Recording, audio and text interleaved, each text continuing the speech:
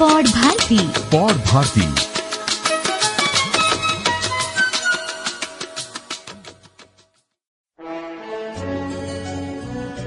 नमस्कार, पॉड भारती में आपका स्वागत है।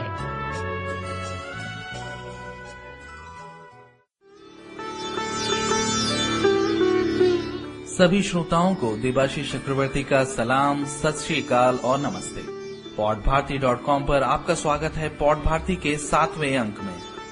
मित्रों, ये अंक आप तक कुछ महीनों के अंतराल में पहुंच रहा है, इसके लिए हम क्षमा प्रार्थी हैं।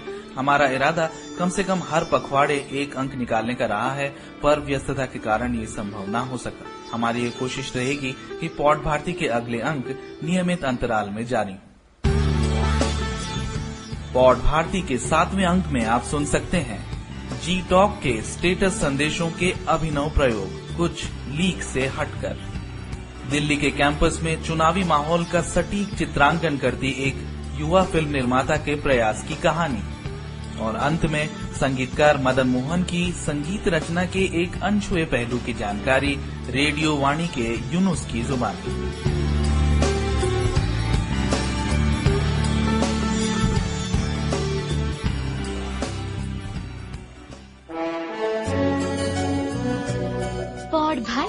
पॉड भारती, अपनी बोली अपनी बात।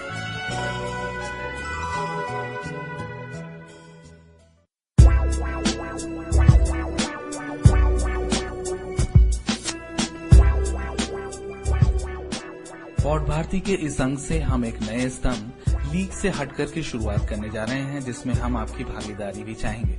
इसके अंतर्गत हर पखवाड़े हम आपसे किसी विषय पर राय मांगते हैं और उसके आधार पर एक रपट पॉड भारती में पेश करते हैं। उम्मीद है कि विविध मतों का ये कलाइडोस्कोप बेहद रोचक बन पड़ेगा।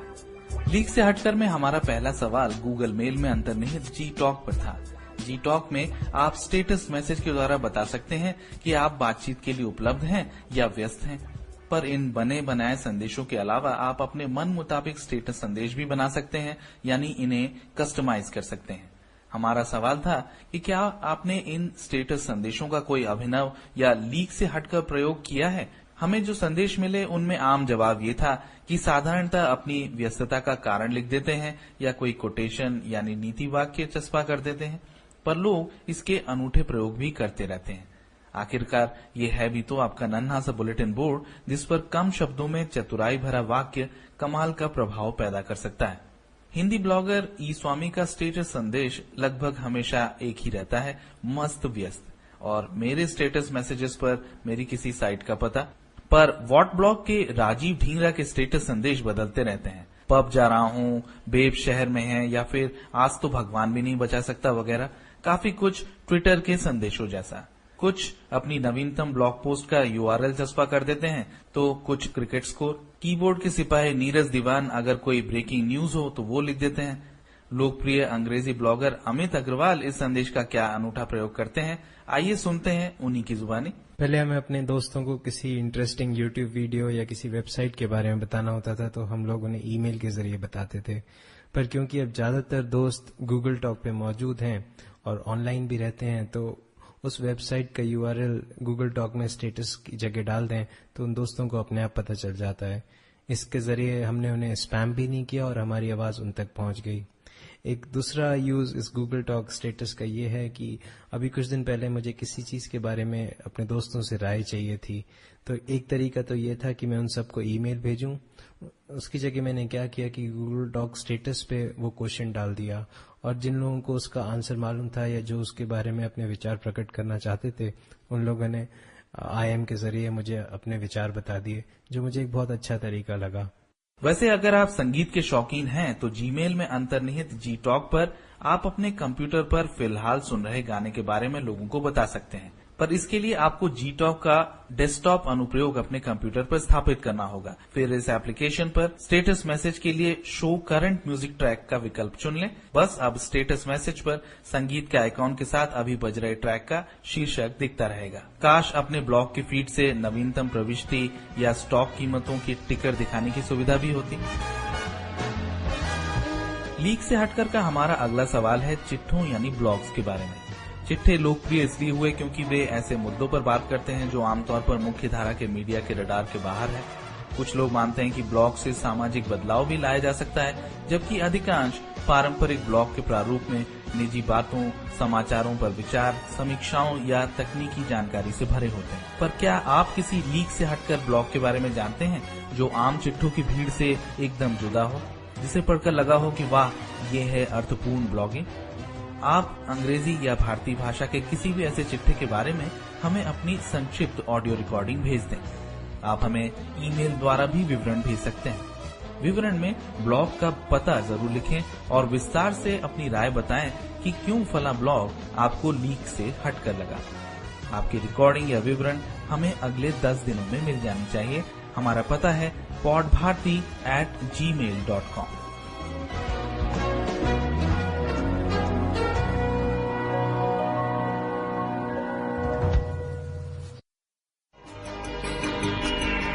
दिल्ली विश्वविद्यालय, जहां पढ़ाई लिखाई के अलावा छात्रों के जीवन का एक और हिस्सा है पॉलिटिक्स। नई मोटर चलवाए, विश्वविद्यालय जाए, विश्वविद्यालय जाए, रहे कोई हैरान, सिवाय दिल्ली में ना रहे कोई हैरान, सिवाय दिल्ली। दिल्ली विश्वविद्यालयों में छात्र संघों के लिए होने वाले वार्षिक चुनाव शायद विश्व के सबसे बड़े छात्र संघ चुनाव हैं। इन चुनावों से राष्ट्रीय राजनीति के लिए भावी उम्मीदवार भी तो मिले हैं, खासतौर पर इमरजेंसी के दिनों में। हर साल अगस्त-सितंबर के दौरान गहमा गहमी का माहौल। कांग्रेस समर्थित national students union of India NSUI और भाजपा समर्थित अखिल भारतीय विद्यार्थी परिषद ABVP का घमासान। भारत के आम चुनाव की तरह यहाँ भी अब इलेक्ट्रॉनिक वोटिंग मशीनें हैं, पर चुनाव के बाकी तेवर ठेठ भारतीय लोकतंत्र की तरह यहाँ के चुनाव में भी है ग्लैमर, बाहुबल और पैसे का बोलबाला। यादवपुर से लेकर JNU तक, राजस्थान यूनिवर्सिटी से लेकर के बिहार तक, हर जगह की कहानी यही है। इस माहौल को बखूबी बयां किया है दिल्ली विश्वविद्यालय के ही पूर्व छात्र नितिन ने अपने पहले वृत्तचित्र ब्लैक पैम्फलेट्स में। लगभग 2 साल में निर्मित 84 मिनट की ये फिल्म हिंदी और अंग्रेजी दोनों भाषाओं में उपलब्ध है। ग्वालियर में जन्मे 27 वर्षीय नितिन का नाटक और राजनीति से पहले भी पाला पड़ा है, पर दिल्ली के ही कैंपस ने क्यों आकर्षित किया? नितिन का जवाब है, दिल्ली विश्वविद्यालय का कैंपस हालांकि सबसे बड़ा है, लेकिन एकमात्र उन कुछ कैंपसों में से है जिसमें चुनाव होते हैं। नहीं तो बाकी आपका देश के तमाम कैंपसों में, चाहे वो उत्तर प्रदेश हो, बिहार हो, राजस्थान हो, वहाँ पे प्रशासन और सरकार दोनों मिलकर के किसी भी तरह के चुनाव को, एक कॉमन स्टूडेंट के डेमोक्रेटिक राइट को वो लोग पसंद नहीं करते हैं, नहीं करवाना चाहती है कि इतना बड़ा लोकतंत्र, इतना बड़ा कैंपस जिसमें इतने सारे वोटर्स और डायरेक्ट इलेक्शंस और कैंडिडेट्स होते हैं, उसे देखना बहुत मजेदार और रोचक होगा, ऐसा हमारा मानना है। इस देश का युवा राजनीति को करियर बनाने के बारे में तो खैर कभी भी नहीं सोचता था। उसे झकझोरने के लिए कोई रंग दे बसंती या लीड इंडिया कैंपेन चाहिए। तो कैसा रहता है इन मिनी लोकतंत्रों का माहौल? 52 कॉलेजों में होने वाले चुनाव के बीच चुनाव प्रचार कितना मुश्किल होता है और उसको करने के लिए प्रत्याशी किस हद तक जा सकते हैं, इसकी झलक फिल्म में दिखती है। मैंने पूरी तरह से दिखाया कि कैसे धन, बाहुबल और ग्लैमर पूरे दिल्ली विश्वविद्यालय में छाया रहता है। चारों तरफ पर्चे ही पर्चे, और इन सब के बीच प्रत्याशी एक दूसरे से हाथ मिलाते हुए, भागते हुए एक कॉलेज से दूसरे कैंपस जाते हुए बिना किसी मुद्दों के टकराते हैं। It's a political system, sir. It's not a classroom that there you have to go and sit down and just listen to whatever professor says. It's a political system where you have to make them realize that, okay, when you have a say in the administration, you have a say in the system. पर इन चुनावों को इतना महत्व देना क्या ठीक होगा? अरुण जेटली, विजय गोयल, कुछ ही तो नाम है जो याद रहते हैं। क्या वाकई दिल्ली विश्वविद्यालय भारतीय राजनीति की नर्सरी है? छात्र संघ चुनाव मैंने पूरे अनुभव से जाना है कि केवल छात्र संघ तक सीमित नहीं रखा जा सकता, लेकिन जिस रूप में इसे छात्र संघ के पूरे दायरे से, छात्रों के पूरे से दायरे से बाहर निकालकर जो देश की बड़ी बड़ी राजनीतिक पार्टियां हैं उन्होंने रखा है और रखती आई हैं, इसकी पड़ताल की जरूरत है।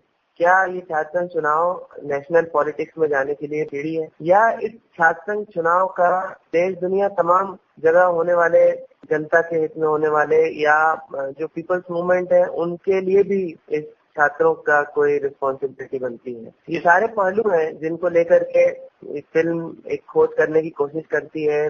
ब्लैक पैम्फलेट्स इस वृत्त चित्र को देखने के लिए आप फिल्म के ब्लॉग blackpamphlets.wordpress.com पर इसकी अगली स्क्रीनिंग का स्थान व समय जान सकेंगे। निश्चित ही ये एक उम्दा प्रयास है, पर इस फिल्म का जिक्र करना पॉड भारती ने इसलिए भी उचित समझा क्योंकि इसके निर्माता नितिन ने फिल्म के प्रचार के लिए इंटरनेट का बखूबी प्रयोग किया है। blackpamphlets.wordpress.com पर बने अपने आधिकारिक ब्लॉग में वे फिल्म तथा इसकी स्क्रीनिंग की जानकारी तो देते ही हैं, प्रेस कवरेज और अपनी गतिविधियों की नवीनतम जानकारी भी समय समय पर जोड़ते रहते हैं और जाहिर तौर पर ब्लॉग की टिप्पणियों के माध्यम से उन्हें फिल्म पर त्वरित प्रतिक्रिया तो मिल ही रही है। आशा है ये ब्लॉग जारी रहेगा और अपहरण फिल्म के समय बनाई बिपाशा बसु जैसी अनेकों प्रमोशनल ब्लॉग की तरह दम नहीं तोड़ देगा। नितिन ने फिल्म का ट्रेलर YouTube पे जारी किया है और फिल्म के स्टिल्स अपलोड किए फ्लिकर पर। ये सारी बातें उभरते और छोटे बजट के फिल्म निर्माताओं के लिए शर्तिया तौर पर उत्साहजनक हैं। इंटरनेट के द्वारा वे शायद शोहरत और पैसा दोनों कमा सकें। शायद आप जानते हो कि YouTube पर आपको अनेक प्रतिभाशाली फिल्म निर्माताओं की फिल्में, जिनमें पुरस्कृत फिल्में भी शामिल हैं, देखने को मिल सकती हैं। बस YouTube के डायरेक्टर्स चैनल पर नजर रखें। इसके अलावा आप nokiashorts.com पर मोबाइल पर बनी लघु फिल्में भी देख सकते हैं। revision3.com पर गीगा ओम शो जैसे अनेक ज्ञानवर्धक और मजेदार कार्यक्रम भी देख सकते हैं जो खास इंटरनेट के लिए ही बने। पॉड भारती के लिए देवाशीष के साथ शशि सिंह।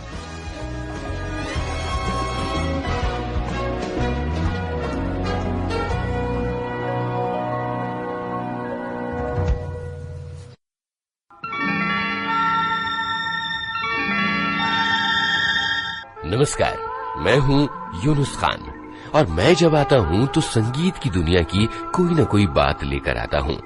आज मैं आपको लेकर चल रहा हूं मदन मोहन की रचना प्रक्रिया की दुनिया में। संगीतकार मदन मोहन यानी सुरीलेपन और प्रयोग का संगम। शायद आपको जानकर हैरत होगी कि किसी जमाने में फौजी थे मदन मोहन। जिन हाथों में बंदूक होती थी उनमें जब साज आए तो पूरी नाजुकी के साथ आए। मदन मोहन जब किसी गाने की धुन बनाते थे तो एक धुन से काम नहीं चलता था, वो कई कई धुनें बनाते थे। गुलजार और मदन मोहन का साथ हुआ फिल्म मौसम में। इस फिल्म में गुलजार ने गालिब का ये मिसरा उठा लिया। दिल ढूंढता है फिर वही फुर्सत के रात दिन, बैठे रहें तसव्वुर जाना। मेरे यहाँ सिचुएशन उस तरह की तलाश की थी कि ये आदमी छुट्टी पर निकला है फुर्सत के लिए और उसकी तलाश में, इसलिए मैंने ये गाने के लिए उस लाइन का सहारा लेके उसको इलेबोरेट किया। फुर्सत जो गाने में आया है बहुत सुंदर है। दिल ढूंढता है फुर्सत के रात दिन। जैसे गालिब उस्ताद थे उसी तरह से म्यूजिक में वो उस्ताद थे। दिलचस्प बात यह है कि मदन मोहन ने फिल्म मौसम के इस गाने के लिए कई कई धुनें तैयार की और ये धुन बरसों बरस तक उनके संगीत खजाने में पड़ी रही।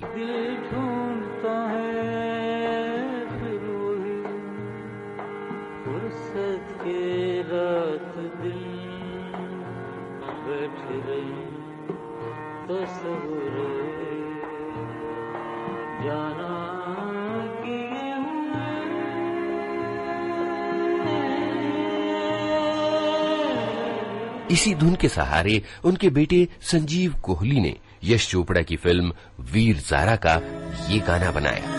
तेरे लिए हम हैं जी, होठों को से दिल में मगर जलते रहे, चाहत के दिए तेरे लिए। इन पंक्तियों को हमने आपको समझाने के लिए जोड़ दिया है।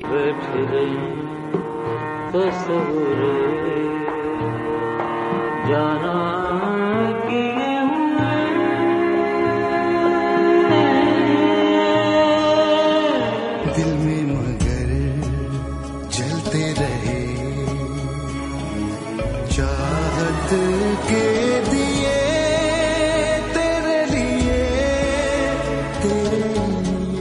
अब उन धुनों का जिक्र हो जाए जिनका इस्तेमाल इस गीत में हुआ। जैसा कि आप जानते हैं, मदन मोहन ने इस गाने के 2 संस्करण बनाए। पहला वो वाला जिसमें लता मंगेशकर और भूपेंद्र दोनों की आवाजें हैं।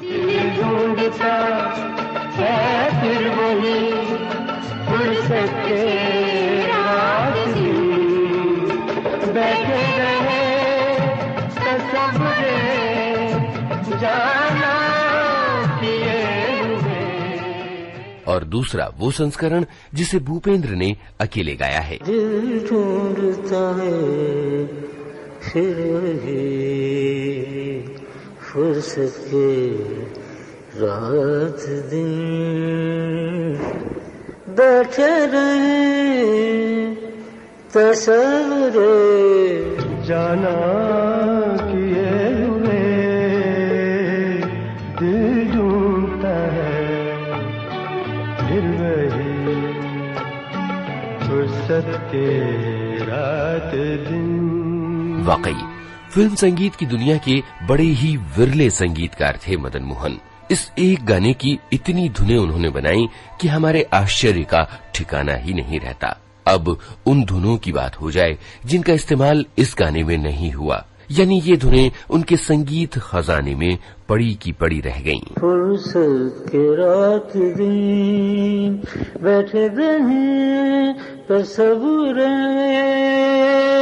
जाना लिए हुए, दिल ढूंढता है। इस गाने की मदन मोहन ने ये तर्ज भी बनाई थी।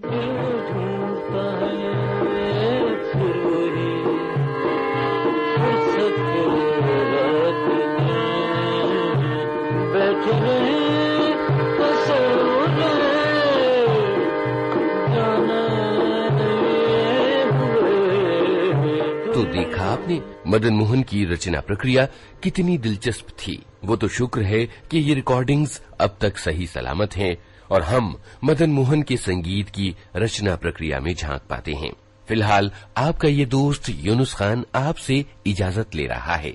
अगली बार हाजिर होता हूँ संगीत की दुनिया की किसी और दिलचस्प बात के साथ। तब तक संगीत सुनते रहिए और अपनी जिंदगी में सुर घोलते रहिए।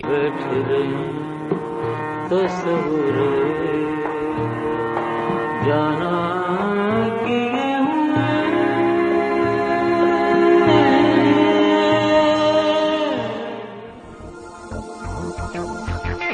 पॉड भारती। पॉड भारती, अपनी बोली अपनी बात।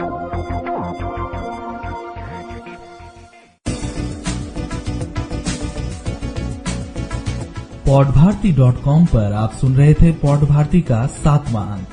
इस अंक के बारे में आपकी राय का हमें बेसब्री से इंतजार रहेगा। हमें podbharti.com पर टिप्पणियों के द्वारा या podbharti@gmail.com पर लिखकर बताइए। तो अगले अंक तक के लिए देवाशीष को दीजिए विदा। नमस्कार।